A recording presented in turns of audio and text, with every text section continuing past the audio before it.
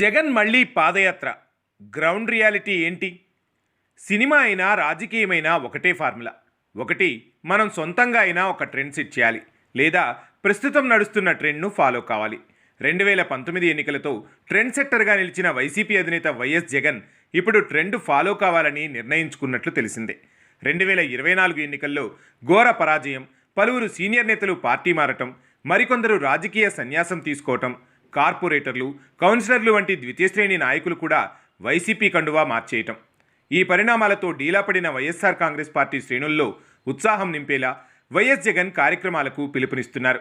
ఇందులో భాగంగా జగన్ మరోసారి పాదయాత్రకు సిద్ధపడుతున్నారు. వైసీపీ యూత్ లీడర్ల సమీక్షా సమావేశంలో ఈ ప్రకటన చేసేశారు కూడా.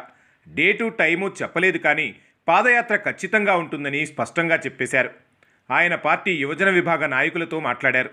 తాను జిల్లాల పర్యటనలు చేస్తూ ఉంటానని చెప్పారు. అదే సమయంలో పాదయాత్ర కూడా చేస్తానని జగన్ కీలక ప్రకటన చేశారు. రాబోయే ఎన్నికలకు ముందు పాదయాత్ర ఉంటుందని మాత్రం జగన్ స్పష్టం చేశారు. గత ఏడాది ఎన్నికల్లో వైసీపీ తరపున 175 మంది పోటీ చేస్తే 164 మంది పరాజయాన్ని చవిచూశారు. వీరిలో ఉద్దండులు, మేధావులు, అసలు గెలుపే తప్ప ఓటమి అన్న మాటే తెలియని నాయకులు కూడా ఉన్నారు. మరి ఎందుకు ఓడారు అంటే వైసీపీ వాదన ఒక విధంగా ఉంది. కూటమి ప్రభావం, తమ కంటే ఎక్కువ సంక్షేమం అమలు చేస్తామని కూటమి నాయకులు ఇచ్చిన హామీలతోనే తాము ఓడామని అంటున్నారు. కానీ సర్వేపల్లి, గుడివాడ, ప్రొద్దుటూరు, నెల్లూరు సిటీ, ఆత్మకూరు వంటి కీలక నియోజకవర్గాల్లో కూడా వైసీపీ ఓటమిని చవిచూసింది.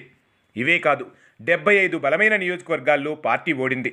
అంటే కేవలం కూటమి ఇచ్చిన హామీలే కారణమా అంటే వైసీపీ వాదన ఎలా ఉన్నా అక్కడి నుంచి పోటీ చేసిన వారిపై ఉన్న వ్యతిరేకత పెరగడం వల్లనేనని రాజకీయ పరిశీలకులు చెబుతున్నారు. దీనికి తోడు 30 నుండి 40 నియోజకవర్గాల్లో చేసిన ప్రయోగాలు కూడా వికటించాయి. కట్ చేస్తే ఇప్పుడు పరిస్థితి ఏంటి? ఓడిన వారు తిరిగి గెలుస్తారా? ఇప్పుడు వారిలో ఆ సత్తా ఉందా అనేది కూడా ప్రశ్నే.